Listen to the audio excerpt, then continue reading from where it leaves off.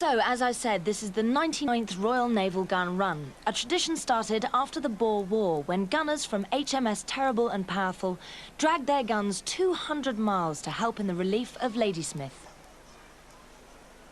Oh, all the nice girls love a sailor, don't they? And I feel a little bit like a kid in a sweet shop at the moment.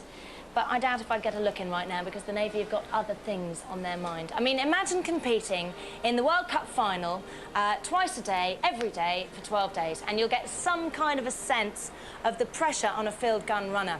This is fitness and aggression at its most extreme. It's very fast, very dangerous, and very exciting. These men are psyched to capacity, and they know that any mistake could not only cost them the competition, it could cost them a lot more. It's not so much a case of keeping your fingers crossed, it's more a question of keeping them attached to your hands. To the Navy, the field gun run is part of their history, and all over the world there are ships waiting to hear who's won, so we better not keep them hanging on. Let's get ready to trundle.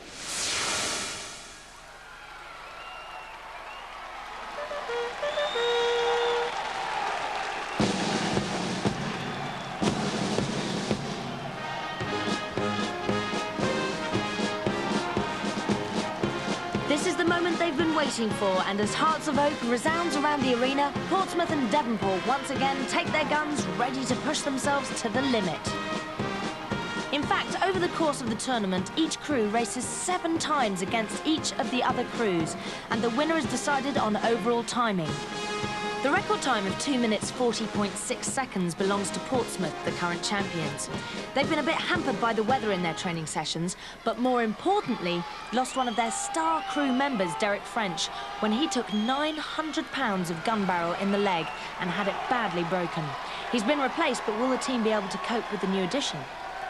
The weather's been just as cruel to Devonport, and they had to train on Sundays as well as the rest of the week. They've been the most consistent winners over the last 20 years and are eager to get their hands back on the silverware. Let's see. Over to the starter. And they're off on the first leg of the run this evening. Once down at the Warwick Road end, they wheel everything round and hurl it over the home walls. Men, guns, limbers. And in the centre, the sheer legs are set up with the 28-feet spars on top to help carry the first 2 men of each crew across the yawning gap of the chasm. It's 28 foot wide, and there they go. And they are followed by the 10-foot spars that you now see slotted securely into the ramps on what's known as the enemy side of the chasm. Up go the wires, and on the wires, the travellers. On the travellers, the men with the wheels. Now, each wheel weighs 120 pounds. The gun carriages are close behind, and they weigh 350 pounds. Right, it would appear that Devonport is slightly in the lead now, and as the travellers go back, next is the great weight of the gun barrels. These weigh in excess of 800 weights each. You wouldn't think so to look at it, though, would you?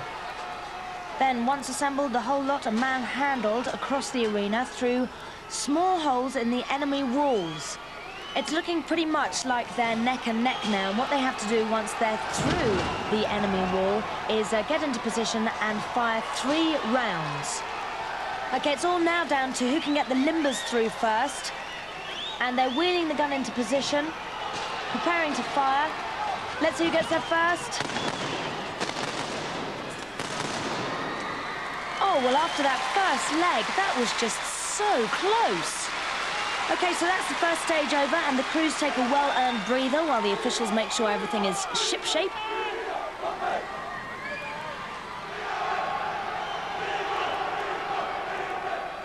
Oh, Nigel Ayling, Portsmouth's number 4, has taken what looks like a pretty nasty blow to the head. There's always a medic on hand to make sure he's OK. Ah, he's stapling his head together. Oh, that's got to hurt. But I should think he's probably too charged up to feel anything at the moment. I mean, he doesn't look too put out by that, does he? OK, well, there's no rest for the wicked, and it's on to the second stage now.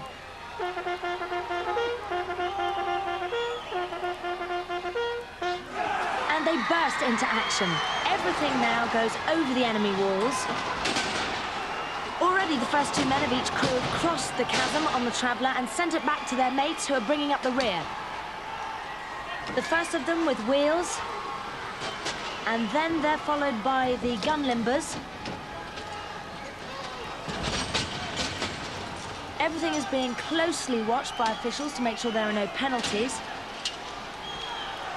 Now, the first piece of gum to go across is the great weight of the gun barrels, £900 a piece, remember.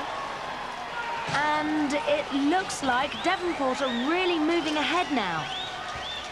When the carriage arrives, the wheels are slipped onto the axles, the barrels lowered, and the gun taken away to a new firing position.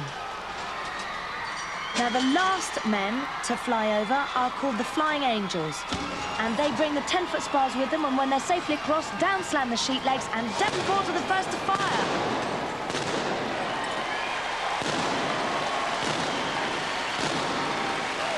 Part 2 over, and the strain is starting to show. These guys have done fantastically well. They've been under absolutely enormous pressure. They've got a lot of moral support there from their teammates. And I think the course is being checked over now, seeing if any penalties need awarding. Nige looks amazingly composed, considering he split his head open earlier. Time for the final push now. And they're off. They take their guns and limbers through the holes in the home walls. And when everything is through, they hook up the gun to the limber and pull its massive weight home. This is where the adrenaline really kicks in. Who's going to be first across the line? Look at them go, it's Portsmouth. Portsmouth were first, but who's going to be the overall winner? Not forgetting that penalties do get given in this event, and they could make a crucial difference to the team's overall time and really swing the balance. And so, as we relive some of the highlights of that exciting run, it'll be a few minutes before we actually get the final scores. But let's hand over to Basil. He's in the arena for the provisional times. The running times are these. Portsmouth, 2 minutes, 58.91 seconds. Devonport, 2 minutes, 56.3.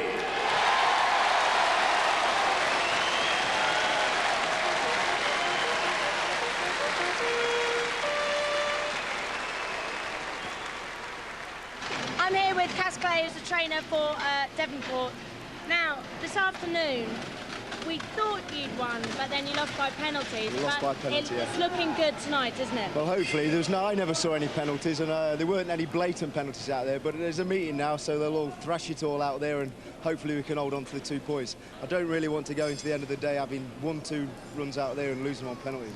No, well, hopefully tonight you'll stay the winner. Did you see the guy from Portsmouth? He had his head stapled together. Yeah, well... While we were out there. Does that happen a lot? It's an hard old game. It's an hard old game. Things like that happen. Well, I can tell you now, Devonport did lose for a second time today, poor old Casclay, and that was down to penalties. So congratulations to Portsmouth.